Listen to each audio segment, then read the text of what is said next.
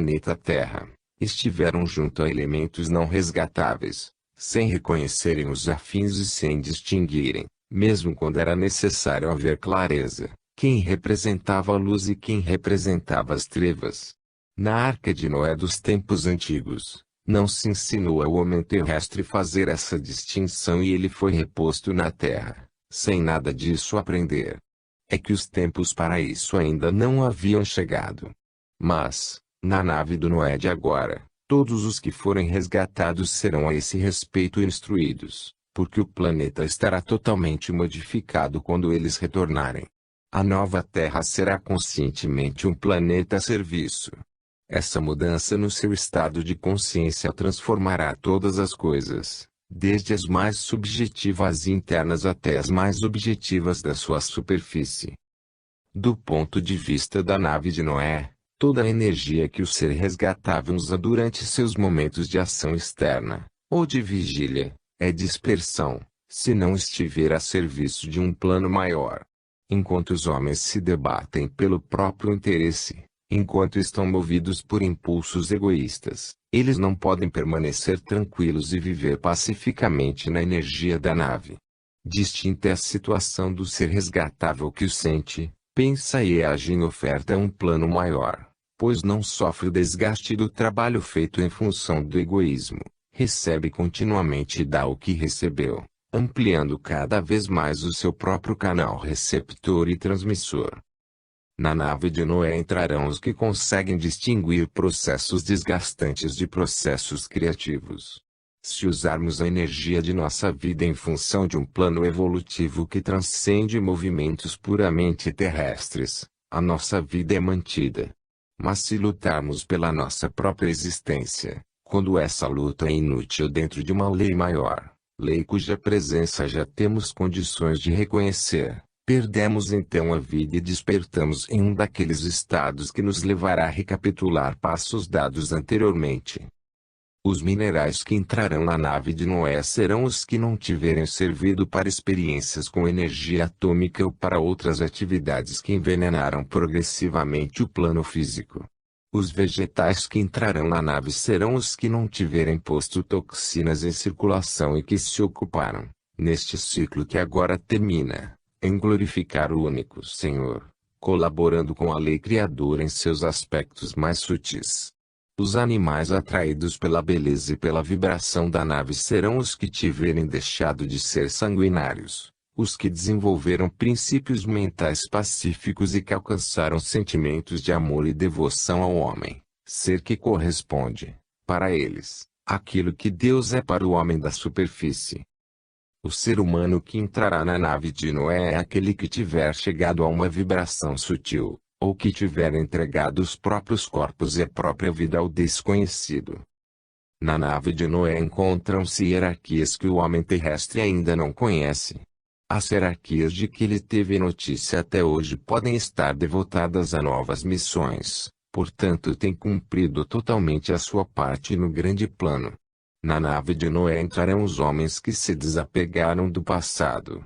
Lá eles viverão situações ainda inacessíveis para a maioria, como por exemplo de estarem libertos de pensar no dia de amanhã.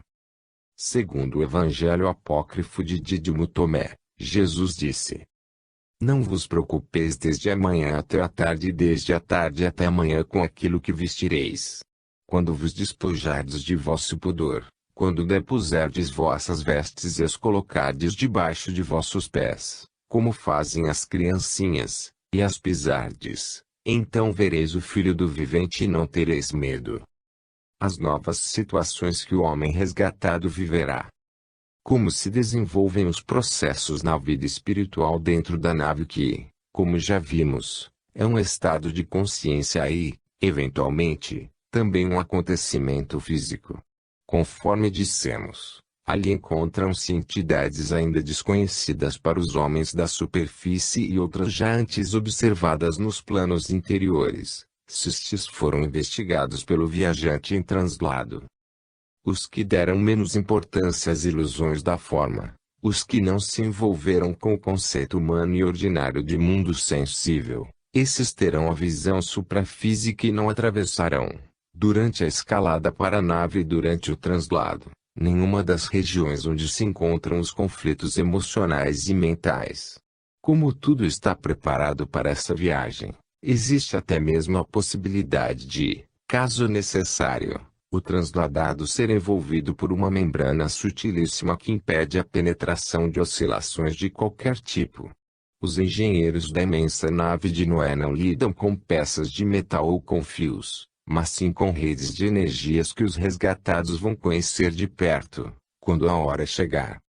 Quando essa membrana protetora for retirada, o indivíduo perceberá efetivamente a sua nova existência. Mas, se antecipadamente sabe que o mundo das formas é um mundo de ilusões, ele já pode estar quase de imediato diante da realidade que, de maneira mais direta, irá conhecer na nave. Porém, é inútil imaginar como vai ser tudo isso, porque a situação é completamente nova para a consciência terrestre. Cada nível evolutivo, cada plano da existência, requer a atuação de entidades de diferentes graus de consciência, criativas, construtoras ou espirituais. Assim sendo, à medida que caminhamos, nossos instrutores vão se despedindo de nós, sem que o percebamos, e entregando-nos a outros, próprios dos planos mais elevados em que vamos entrando. A união entre eles é algo tão assimilado que não notamos a mudança de instrutor. Sentimos-nos cercados pelo mesmo amor, da mesma qualidade, e só após muito tempo notamos que o ser, a energia que nos ajuda, não é o mesmo de antes. Como preparação para a próxima chegada à terra da grande nave de Noé, fui certa vez às imediações da cidade de Ixques que, no plano físico, se situa na província de Córdoba, na Argentina. Como já foi dito, naquele local cheio de amor cósmico, tive contato interno e externo com energias que desde o princípio da minha chegada ao planeta ajudaram-me. Ali, no Vale de Ixques, todas elas eram parte de uma mesma orquestra, se assim se pode chamar esse conjunto de seres benéficos que trabalham hoje na Terra, cumprindo as mais desafiadoras missões. No amor que manifestavam, não havia entre elas diferença.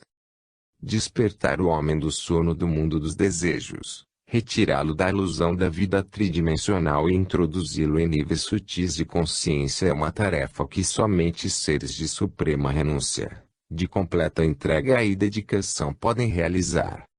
Como se sabe, o homem que se adaptou a viver na superfície do planeta Terra passou por fases experimentais de contato com as mais densas forças contrárias à energia evolutiva, e hoje se encontra enredado no caos e, em alguns casos, até comprometido com ele.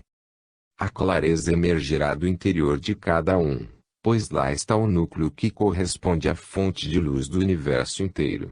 Imbuídos dessa verdade, podemos encarar qualquer tipo de circunstância mantendo-nos em perfeita calma, plenos daquela paz que supera qualquer entendimento. A nave de Noé é símbolo desse estado de paz.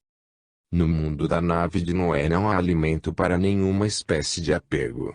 O próprio Noé, que não é o mesmo dos tempos bíblicos, e que tampouco é o mesmo dos dilúvios anteriores ou posteriores, ele próprio dá continuidade a esse amor.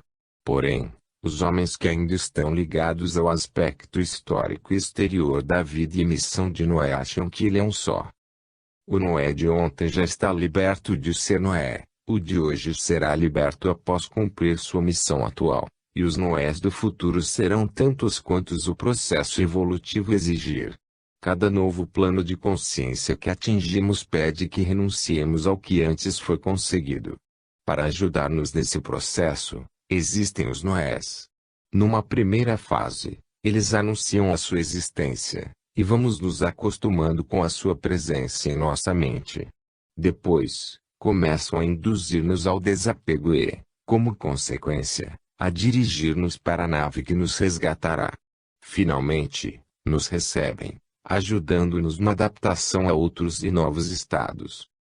Essa ambientação precisa ser feita nos corpos físico-etérico, emocional e mental, sendo que os dois últimos podem ser sintetizados num só, desde que o homem seja candidato a permanecer por algum tempo na nave.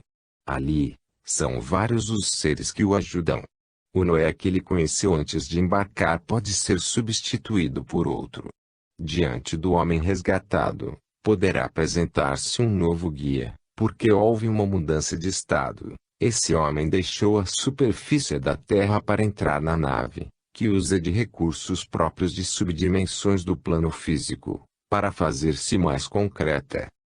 O guia que percebemos diante de nós, à medida que ascendamos a novos escalões de compreensão, representa sempre um aspecto superior do nosso ser, que nos estimula a fazer a escalada, ou melhor, a consentir que a ascensão se dê no nosso interior. Mas, durante todo esse período, o homem pode também continuar a ver o Noé que ele prefere. Essa é a realidade do amor cósmico que começa a se tornar perceptível.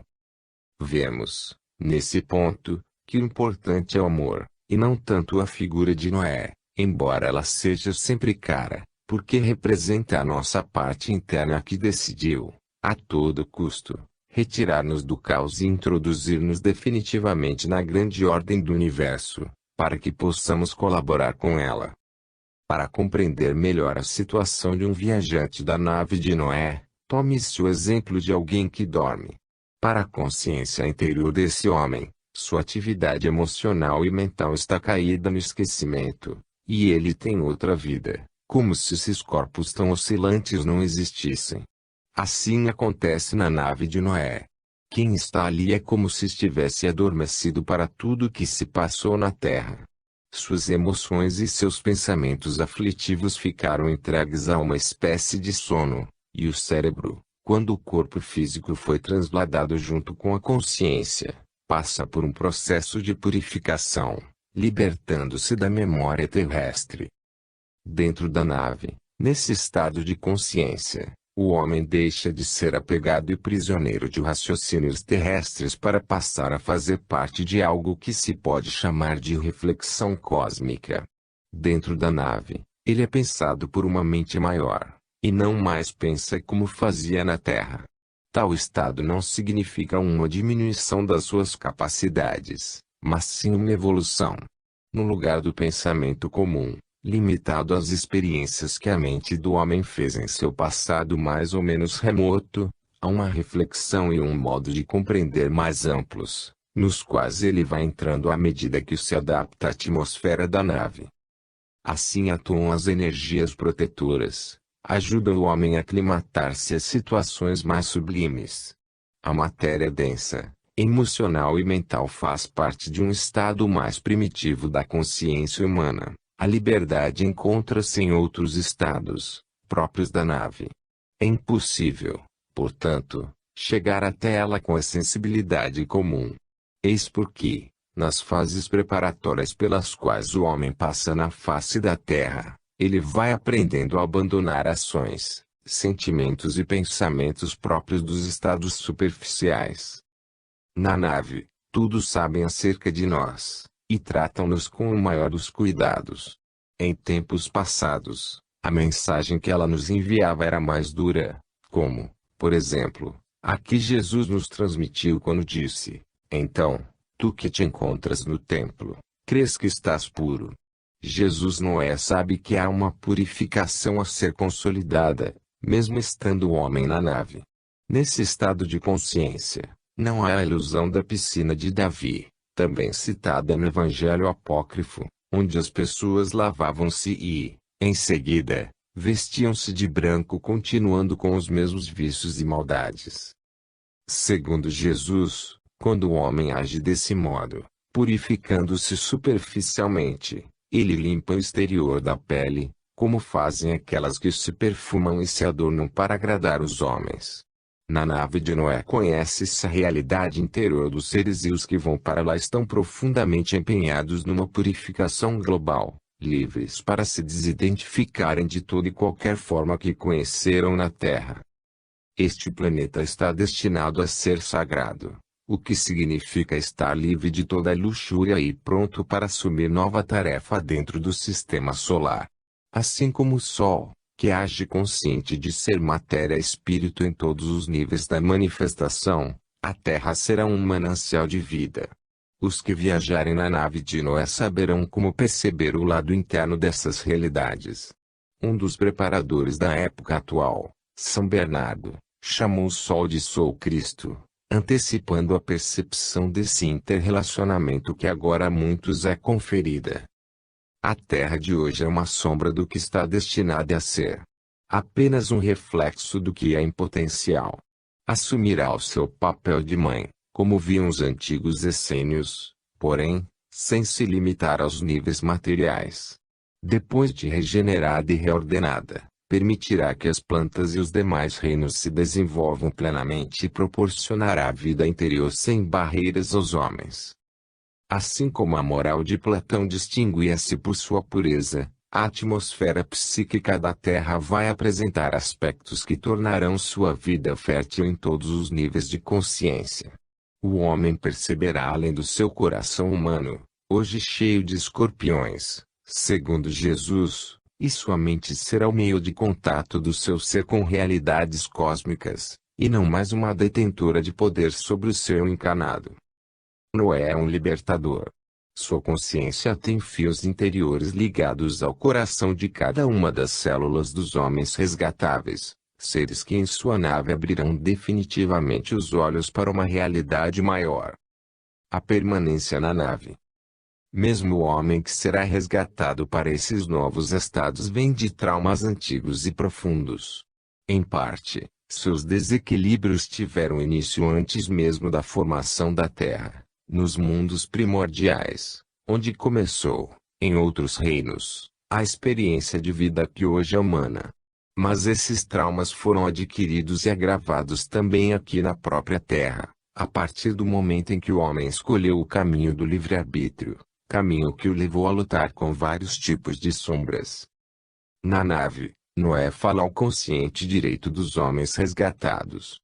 Faz com que todos compreendam que tudo o que é captado pelos sentidos é de alguma forma obra das hierarquias. Ali mesmo, na nave, percebe-se a presença delas. Algumas estão cuidando da harmonização dos corpos dos resgatados, outras se encarregam de introduzir os mais despertos em experiências harmoniosas e de repercussão ainda maior para o ser. As hierarquias que trabalham na nave são laboriosas como íntima natureza, de forma que não há a menor possibilidade de dispersões. E quando se tem alguma necessidade especial, surge prontamente a solução, mas sempre do interior do cosmos, da vida interior da nave. E, também interiormente, o homem compreende qual a rota a seguir na sua próxima etapa. O período de permanência na nave de Noé é uma etapa de esclarecimentos, de reconhecimentos, uma oportunidade para o consciente assumir definitivamente a sua nova posição de colaborador de um plano maior. Noé leva os homens a saberem que até o impulso do vento que eles conheceram na Terra vem dessas hierarquias, ou dessas energias, que trabalham em diferentes níveis. Assim, tendo feito os primeiros contatos conscientes com essas realidades em sua estada na nave, o homem passa a cooperar com as hierarquias e, consequentemente, a compreender os ventos, unindo-se a eles e deles obtendo o que necessita. Os ventos então lhe respondem, agem em harmonia com ele e deixam de ter em sua vida papel apenas destruidor. A característica destruidora dos ventos existe ainda hoje porque o homem necessita dela, uma vez que eles terão de cooperar com a purificação da superfície da terra, e terão de levar as areias dos desertos para outras áreas, quem sabe até cobrindo as cidades que estiverem contaminadas. Sabe-se, na nave, que sob os desertos de hoje há amplas possibilidades de desenvolvimento para o homem que, depois de curado e harmonizado, for reposto na superfície do planeta. No livro de Jó está escrito: eis que ele retém as águas, e elas se secam, eis que as larga, e elas transtornam a terra. Vê-se que não só o vento atende aos chamados, mas as águas também. Sem a nave de Noé, que está aí para servir ao homem, Seria impossível para ele fazer essa experiência direta ao voltar a viver na superfície da Terra, depois de reorganizada segundo as leis universais. Noé explica aos homens resgatados que mesmo o princípio elétrico, que produz os clarões no céu, é obra de seres, entidades ou energias puras. Na esfera terrestre, há infinitas hierarquias e, no cosmos, ainda mais. Todas as possibilidades, virtudes e amor que elas manifestam são intrínsecos à própria nave. Tudo, na nave, é expressão do sagrado. Assim como no início de sua vida terrestre, o homem teve os seus corpos construídos por hierarquias, será por elas recebido na nave de Noé, e por elas acompanhado em seus ciclos futuros. Como se disse, a cada nível novos colaboradores são encontrados, existindo entre eles perfeita continuidade de amor-sabedoria. Quando é tomada a decisão de se criar uma nova ordem para os seres, de todos os pontos das galáxias, vozes espirituais respondem favoravelmente e hierarquias transmigram para onde o trabalho deverá ser realizado. Neste momento, está sendo preparada uma profunda mudança no homem que se encontra na superfície da Terra. Na nave de Noé esse trabalho de transformação será ativo, pois muitos serão retirados daqui sem estarem completamente harmonizados e prontos para os tempos futuros. Assim como a criança não dispõe de uma consciência unificada em vários de seus aspectos, nem todos os que entrarem na nave estarão em condições de enfrentar os tempos novos e de ir ao encontro de outros estados de ser. Terá início neles, então, um trabalho feito a partir do interior, trabalho que os ajudará a se adaptarem. Dentro de certo tempo começarão a perceber o que realmente são, liberados que foram das camadas de desejo e de ilusão que a Terra lhes havia colocado como parte da experiência que nela deviam fazer. Na nave de Noé, a consciência do eu pessoal será substituída pela consciência de um eu mais amplo. O indivíduo passará a perceber que é uma essência. Mudará então a sua psicologia, todo o seu modo de ser. Viverá, ali, uma profunda transformação. As hierarquias que ajudam o homem terrestre também progridem. Evoluem muito mais rapidamente do que ele, porque não têm apegos e já estão purificadas em suas bases. Por isso, não é útil clamar por um membro da hierarquia por muito tempo, ele pode estar já em outro plano, em outra missão. Tudo isso se aprende na nave de Noé. No momento em que faz essa descoberta, o homem terrestre já deve estar sentindo, em certa proporção, a unidade com outros seres. Assim sendo, para ele será indiferente encontrar na sua aura este ou aquele membro da hierarquia. Sabe que existe uma ligação interna entre o seu próprio ser e aqueles que o ajudaram a dar os primeiros passos, mas vai se libertando também dela, por mais sublime que seja. A união torna-se mais abrangente ao ascender na escala evolutiva. Isso acontece na nave de Noé. Quanto a ser membro de grupos, isso também existe. Todavia, quem integra um grupo interno ou espiritual, logo vê-se compondo uma unidade maior. Sempre unidos entre si, esses membros não sentem falta alguma dos estágios que deixaram para trás e não choram diante de perdas. Na nave de Noé não há saudade, mas sim uma plenitude que só se pode experienciar estando lá. Muitos viverão isso, dentro em pouco. Viagens comuns podem afastar o homem de sua fonte espiritual e divina, por distraírem-no com visões supérfluas ou contemporizações com estados intermediários, que não são realmente purificadores.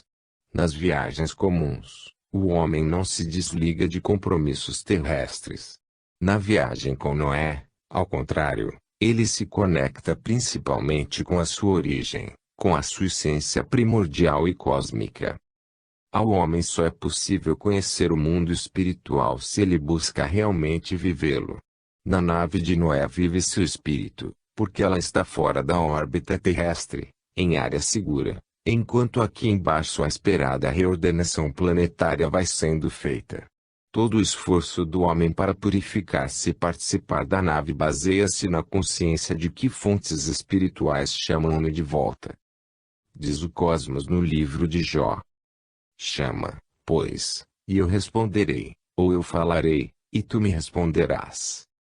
E o homem retornará acrescido para esse mundo sutil, e não inexperiente como dele outrora partiu. As visões dos viajantes. Nas viagens comuns que o homem faz, ele busca tudo o que é exterior. Na nave, porém, ele entra em outro tipo de consciência. Nela, desenvolve uma visão que não é formada de imagens, mas de conteúdos e valores. Assim, nesse estágio, os fatos objetivos ocorridos em sua vida deixam de ter relevância. Acontecimentos e ações são, sim, levados em conta apenas no momento da escolha para entrar nesse novo estado de consciência. Em seguida, para nada mais servem. Os registros cósmicos apresentam imagens, cenas e impressões do passado de um homem não exatamente para que as hierarquias possam julgá-lo, mas para que fique claro seu verdadeiro estado. De nada adianta entrar na nave sem certo preparo. Esse preparo, no entanto, não consta de nenhum currículo escolar. Constitui-se da aprendizagem do desapego, para o qual o homem foi treinado de todas as maneiras em ciclos passados. No início do processo de purificação, o homem não percebe que ainda é apegado. O próprio fato de lhe falar de seus apegos e supostos desapegos revela que ainda está atado a essa condição. Portanto, as hierarquias que nos preparam são a própria manifestação da paciência. Dão-nos sempre a entender que estamos sendo seguidos e amparados, mas sem se mostrarem claramente a nós, para evitar que nos apeguemos a elas. Enquanto não estivermos relativamente curados dessa tendência, não poderemos reconhecer plenamente a sua presença amorosa. Se para o homem comum é tão difícil desapegar-se das coisas da terra, que tipo de laços criaria ele se conhecesse, ainda impuro, as coisas do céu? Como se disse, os fatos ocorridos na vida de um homem não são relevantes na nave. Importa a transformação pela qual ele passou através da experiência desses fatos. Assim, o que até então foi imaginação sonhadora evolui para o conhecimento direto do que realmente é, porém, no mundo interior e não no mundo das aparências mutantes. Ver as coisas, os acontecimentos e os seres como sendo separados de si próprio é a parte da consciência terrena que o homem resgatado deixou para trás. Na nave de Noé, ele tem tudo isso como algo interior e unido ao seu próprio ser. Assim, o serviço é ali uma atividade perene e certa, e a esperança para a árvore, que, se for cortada, ainda se renovará, e não cessarão os seus renovos. Assim acontece, dentro da nave. Tudo se renova. Nos primeiros momentos em que se está nessa grande nave, não se chega à visão real de entidades espirituais. No princípio, tem-se uma consciência ainda orgânica, influenciada por resíduos do mecanismo desenvolvido na Terra. Só aos poucos o indivíduo começa a projetar-se para o interior do espaço, ou melhor, para o espaço interior do próprio ser. Eis porque, no plano físico terrestre, os observadores custam a compreender que muitas luzes que surgem no céu não são naves, como parecem, mas sim vestes de seres que devem, nesta época, fazer-se visíveis. Apenas interiormente é que se pode distinguir a realidade. A aparência externa de um fato ou de um ser é mera roupagem. O impulso interno que o criou, ou que manifestou, é que precisa ser reconhecido. A visão da nave de Noé provavelmente será, para muitos, a visão do plano astral cósmico, que é diferente do que chamamos de plano astral terrestre. O astral terrestre, região da consciência que vem imediatamente após o plano físico, muito frequentada por encarnados e desencarnados de hoje, é um plano a ser transcendido pela humanidade. Essas denominações e definições, no entanto, sofrem as limitações dos idiomas atuais, que foram assumidos pelo homem segundo o estado de consciência e compreensão no qual ele se encontrava. Assim, gostaríamos de ressalvar que os planos do universo não estão na realidade superpostos uns aos outros e, portanto, Não vêm uns após os outros, como poderia, à sua própria maneira, querer ordená-los a mente analítica. Esses planos compenetram-se entre si, sem estarem separados. O que os distingue não são limites tais como